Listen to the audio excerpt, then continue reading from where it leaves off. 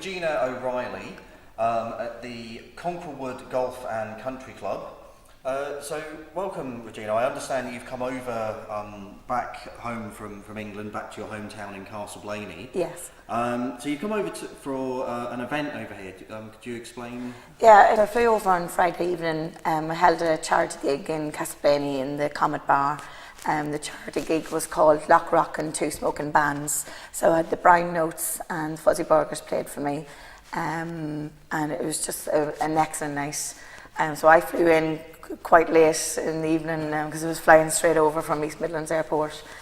So the crowd when I got there was just amazing. You know, the place was packed out already nearly before, you know, by the time I got there. So in total then, between the gig and different charity events I'd been holding for the last year in Blaney, we raised just over £4,500. So it was an excellent night, really, really good. I want to thank everybody for coming. It was just amazing night. Last week you actually ran the London Marathon. Yeah. So how did that go? Oh well, it was actually a bit better than I thought it would be.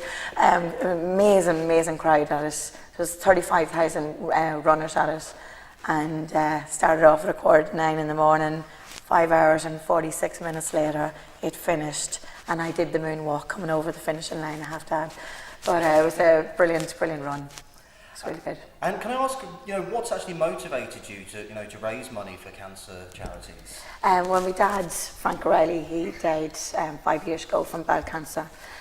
So I got involved just over 2 years ago. I started doing, little small charity things like raising money for sports relief and different things in England. And then I thought, well, hang on, I could actually, start doing a few runs here and there. And at the beginning, there were only little 5k runs or 10k. And I thought, well, that would be enough for me. So, and it just basically started from there. And as it built up, then everybody got to know what I was doing. And now I just think, well, I'll have to just keep running, like Forrest Gump, I think. So really, that's what it was. So it motivated me. But what I'm trying to do is basically to promote bowel cancer awareness, especially in the UK. It's, that's where I'm based for the last 15 years. So the charity over there, I've been helping Bowel Cancer UK. So I've raised in total roughly about 9,000 for them so far this year, between the last year and two. And really their support has been amazing. They're really, really good. Just a small charity. They're based in Northern Ireland as well. So with helping them, really what I'm trying to get the message over to the Republic of Ireland is to promote early detection. Get to the doctor if something's not right. Everybody knows their own toilet habits, so if something's not right, just go to the doctor, get checked out, and hopefully everything will be okay. And what sort of events have you got planned for the future? Well, I'm actually going to China in October with my friend Jazz from England. So we're aiming to raise £7,000 between the two of us for Bowel Cancer UK. Hopefully then we're holding another charity gig in July in the Comet Bar again, and that's going to be headlined by the Cheesy Bitches, which are an excellent local band. They're like an 80s theme, any music from the 80s. If you don't know it, well, you're either way too old or way too young to know. So they're playing in July for me. So Regina, what sort of things have you actually got planned for the future? Well, in June, 28th of June, I got picked to carry the Olympic torch in Nottingham. Basically, 8,000 people were picked in all of the UK, and there's a few people in Ireland, I believe. Jedward is one of them. But I got picked to carry the Olympic torch, so I'm representing, which is about 10 of us in the Nottingham area. And we're basically carrying the Olympic torch for 300 metres through the city, the town square in Nottingham city centre. So that's on the 28th of June. I knew, they phoned me a few months ago, so a friend of mine in England had nominated me for my charity work in England and the UK. So it was the local bank manager that phoned me up, and I sort of had a bit of a panic thinking, right, there's something wrong with my bank account, and what is the bank manager phoning me up on a Friday afternoon? So they had looked at all the nominations and had picked a few of us in the Nottingham region. So I'm really, really looking forward to that. My family's coming over for it, so It's going to be a good evening, yeah. So that's on the 28th of June. So hopefully, I'm sure it'll be on TV or on YouTube when I, fall over and torch the place. So I'm looking forward to that. But I'm also, I got speaking to the Conquer Woods Golf Club.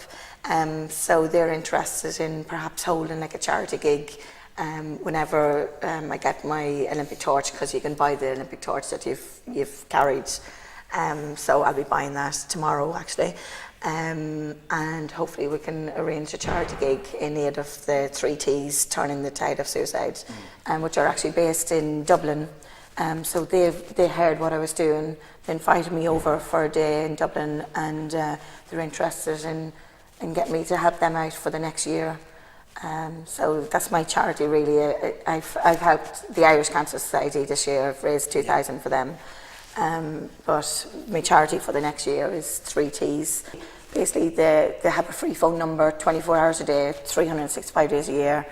And it's basically taking calls in for anybody with suicidal thoughts, or basically just not happy and thinking of ending their life basically. Yeah. So they're there. They have people on the helpline all the time, and that's basically where all their money is spent to keep this helpline opened. When I did actually speak to them that day in Dublin, they mentioned that Monaghan has the highest rates of suicide. And it's mainly women that would phone into this helpline, but it's the number of suicides is actually men, that's killing themselves. So, so when I heard like Monaghan was the highest rate, I thought, right, that's it. I'm on board and see what I can do basically. And if anyone wants to get involved with what you're doing or find out more information, what's the best way they can do that? Well, I've actually got a Facebook page called Run Reg Run. So at the moment I've got just over 2,800 followers, which is amazing. So you can either contact me on that, or they can email me as well if they want.